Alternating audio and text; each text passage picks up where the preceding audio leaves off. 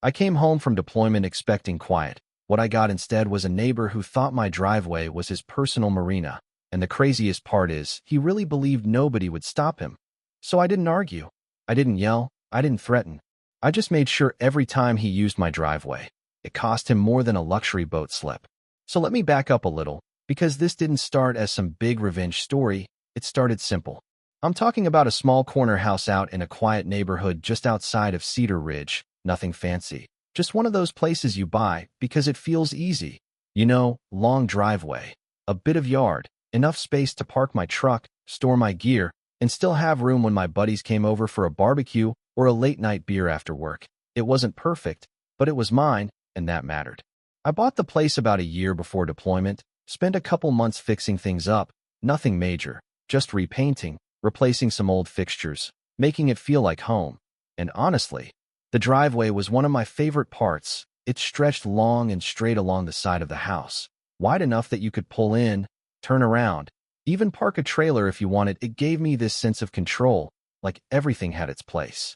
Now, 2 houses down lived a guy named Carl, mid-40s maybe, always wearing sunglasses even when it didn't make sense, the kind of guy who nodded but never really smiled. We weren't friends, but we weren't enemies either. Just that neutral suburban coexistence where you wave once in a while, and that's about it. I remember thinking he was a little off, but nothing serious, just distant. Before I left for deployment, I asked my older brother, Matt, to swing by once a week. Check the mail, make sure nothing looked off, maybe start the truck every now and then, basic stuff. And for the first few months, everything was fine, quiet, uneventful, exactly how I wanted it. Then one evening, about 4 months in, I get a call from Matt. And right away I could hear something in his voice, not panic exactly, but that tone people get when they're trying to explain something that doesn't quite make sense.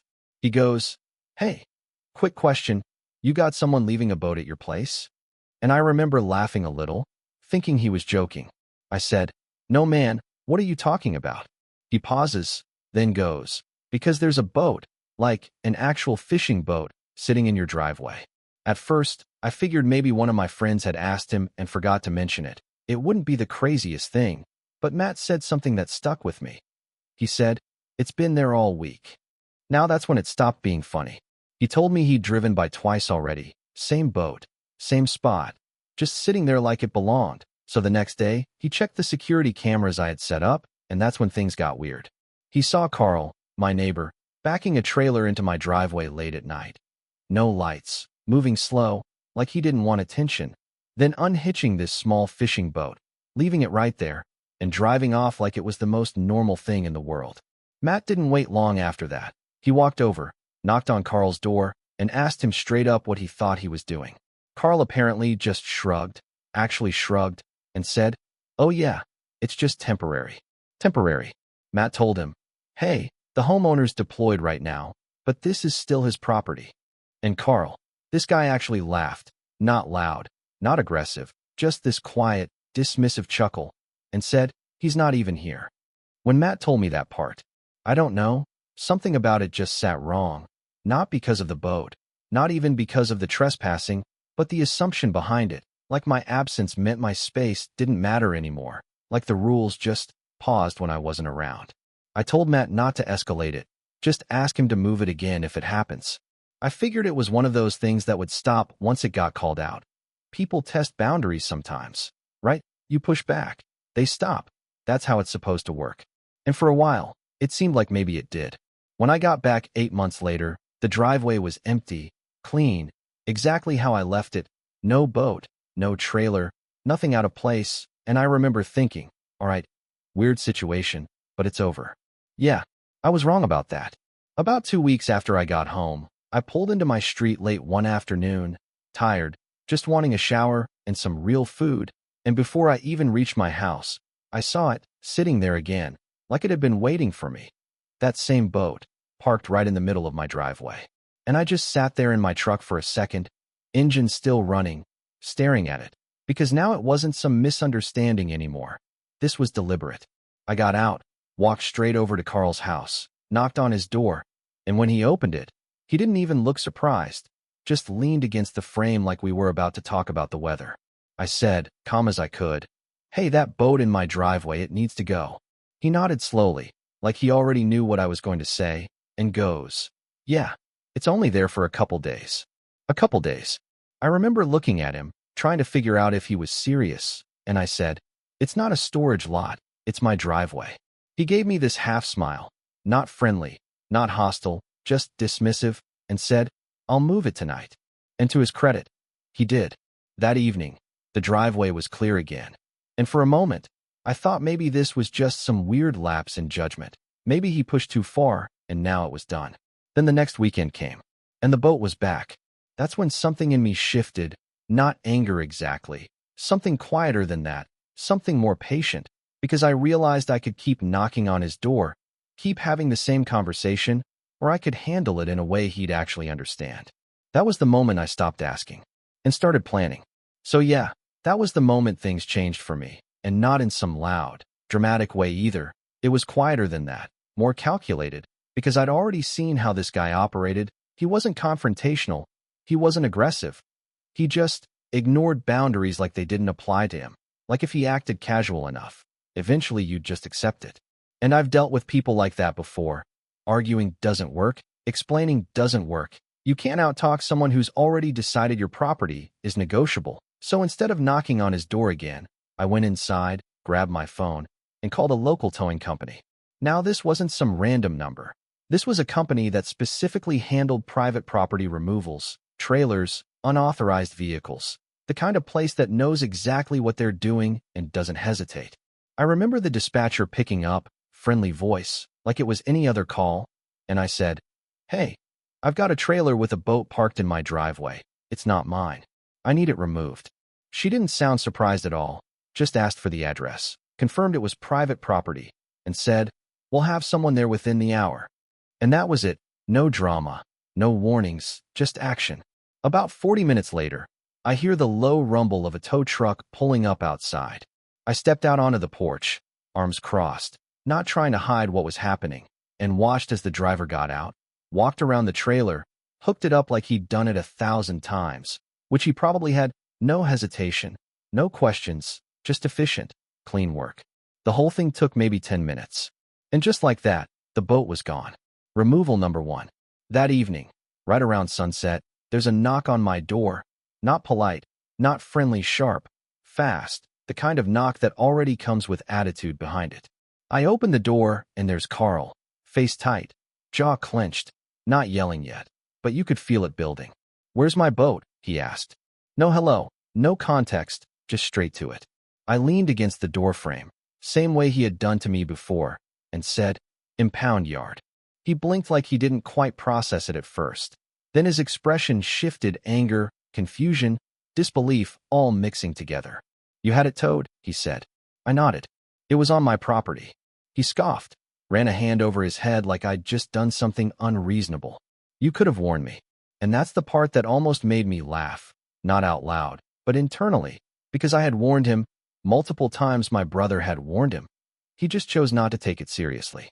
So I said, calm, steady, "I did." That was it. No long speech, no back and forth, just those 2 words. He stood there for a second, like he wanted to argue, like he was searching for something to say that would flip the situation back in his favor. But there wasn't anything, because this wasn't a conversation anymore. This was consequences. Eventually, he just shook his head, muttered something under his breath, and walked off. And for a couple weeks, nothing happened. Driveway stayed empty, quiet, normal. Then one morning, I wake up, make some coffee, look out the window, and there it is again. Same boat, same spot. Like the last 2 weeks didn't even happen. And I remember just standing there, mug in my hand, staring at it. And this time I didn't feel surprised. I didn't feel angry. I just felt certain. So I picked up my phone and made the call again. Removal number 2. No knocking, no warning, no conversation, just the same process. Tow truck shows up, hooks it up, takes it away, done. That evening, no knock this time. No confrontation, just silence. Which, honestly, told me more than anything he could have said, because now it wasn't about misunderstanding anymore. Now it was a test. A few weeks later, it happened again. Removal number 3. Then again the next month. Number 4. Then number 5 before the end of summer. And here's the thing. You'd think after the first couple times, anyone would stop, right? I mean, towing fees aren't cheap. You've got the initial tow, then storage fees stacking up every day. It adds up fast. But Carl didn't stop. He adapted. That's when it started getting creative. One weekend, I come home and the trailer isn't fully in my driveway. It's halfway in, like he's trying to play some kind of technicality game, like if part of it's on the street, it doesn't count. I just looked at it, shook my head a little, and called it in anyway. Removal number 6. And that's when something almost funny started happening. The dispatcher. She recognized my number. I call. She pauses for half a second, then goes, "Boat again?" And I couldn't help it. I laughed a little and said, "Yeah, boat again." By the time we hit removal number 7, 8, 9, it became routine, like clockwork. He'd drop it off, usually late at night, and within a day or two, it'd be gone again. Sometimes I'd watch from the window as the tow truck pulled up, not out of spite, just curiosity, like watching a pattern play out that neither of us was willing to break. Number 10 happened on a weekday afternoon, broad daylight. No attempt to hide it anymore. Number 11, same week. Number 12 and 13 over the next month. At this point, it wasn't even about the driveway anymore. It had turned into this quiet standoff. Two people refusing to change course. Him thinking persistence would wear me down. Me knowing consistency would wear him out. Then came number 14. And this one stood out. It was a Saturday. I remember because I had just gotten back from running errands, and there were cars parked outside Carl's house. Looked like he had friends over, maybe a small get-together, people standing around in the yard, drinks in hand, talking, laughing. And right in the middle of it, sitting in my driveway, was that boat. I didn't hesitate. Made the call. About 30 minutes later, the tow truck rolls up, big, loud, impossible to ignore, and suddenly, all those conversations next door start fading as people turn to look. You could feel the shift, curiosity turning into awkward silence. The driver steps out, starts hooking up the trailer, and I step outside too, not saying anything, just standing there, present. Carl comes out a minute later, and for the first time, he doesn't look confident. He looks embarrassed. "Are you serious right now?" he says, trying to keep his voice low, like he doesn't want his friends hearing. I tilt my head a little, glance at the boat, then back at him. "Yeah." That's all I say. No speech, no explanation, just that. And as the tow truck pulls away, taking the boat with it, you can feel every eye on him, not me him. That one cost more than money. After that, things got quieter for a while, but not over. Not yet. Because if there's one thing I learned about Carl, it's that he didn't quit easily. He just waited for a different angle. And winter, that was his next move. Winter hit harder than usual that year. The kind of cold that settles into everything, slows people down, makes most folks stay inside unless they absolutely have to go out. And I think Carl saw that as an opportunity. Because in his mind, fewer people outside meant fewer eyes, fewer chances of getting caught, fewer reasons for me to notice quickly. What he didn't factor in was that I didn't need to be outside to notice anything. The cameras were still there. The routine was still the same. And I was still very, very consistent. The first time it happened that winter, it was late, snow just starting to fall, light at first, barely sticking. I was inside, half watching TV, when my phone buzzed with a motion alert. I checked it out of habit, not expecting much, and there he was again, backing that same trailer into my driveway, slow and careful like always, like he thought the weather somehow made him invisible. I just sighed, not frustrated, not surprised, just tired of the predictability. And I made the call. Removal number 15.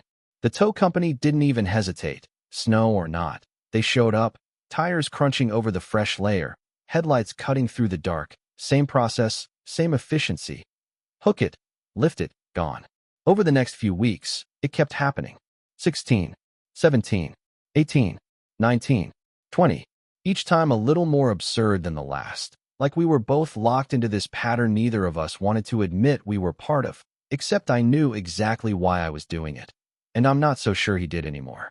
By the time we hit removal number 21, it was the middle of a full-on snowstorm, wind howling, visibility low, the kind of night where most sane people wouldn't even think about moving a trailer anywhere. But somehow, there it was again, half buried in snow by morning, sitting in my driveway like it had every right to be there. I remember looking at it through the window, snow still falling, and just shaking my head, almost impressed at that point. I called it in. And even then, even in that weather, the tow truck came. Slow, steady, determined, like it was just another job on the list, because to them, it was. That was the moment I realized something. This wasn't inconvenient for me anymore.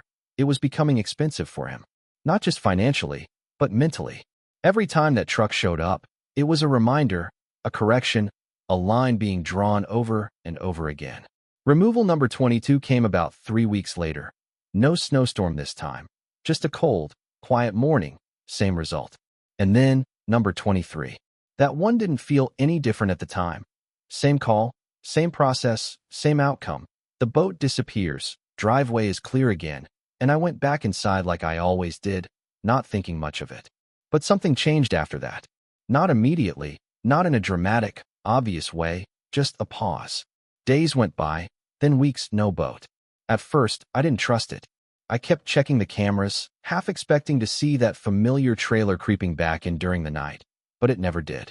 Then one morning, I hear construction noise coming from Carl's place. Trucks, equipment, people moving around.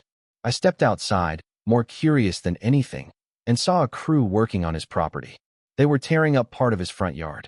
Digging, leveling, pouring, building something. 2 days later, it was done.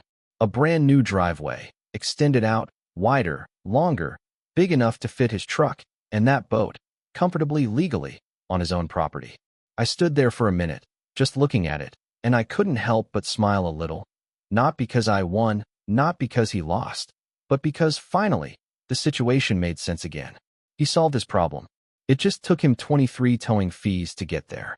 It's been almost a year now, and not once, not a single time, has that boat shown up in my driveway again. No late-night drop-offs. No temporary excuses. No quiet assumptions that my space was up for grabs. Just peace. And every now and then, I'll see him out there, parking that boat on his new driveway, doing exactly what he should have been doing from the start, and we still don't really talk. Just that same neutral nod from a distance, like two people who understand each other now, without needing to say anything. But I'll be honest with you, sometimes I think about it, about how many times it took, how far it had to go before he finally changed course, and it makes me wonder where that line is for different people. You know, how many chances, how many warnings, how many consequences before someone actually respects a boundary? Because here's the thing, I never yelled at him, never threatened him, never escalated beyond what I had the right to do. I just stayed consistent. And in the end, that was enough. Or maybe it was just expensive enough. So now I'm curious, if you were in my position, how many times would you have called the tow company before doing something different? Or would you have handled it another way entirely, talked it out more, pushed harder, or maybe even let it slide? Drop your thoughts in the comments. I read more of them than you'd think, and I'm really interested to see where people land on this, because depending on how you look at it, this is either a story about patience or a story about revenge. And if you enjoyed this one, go ahead and hit like, subscribe, and stick around, because I've got a few more stories that, honestly, are just as unbelievable as this one.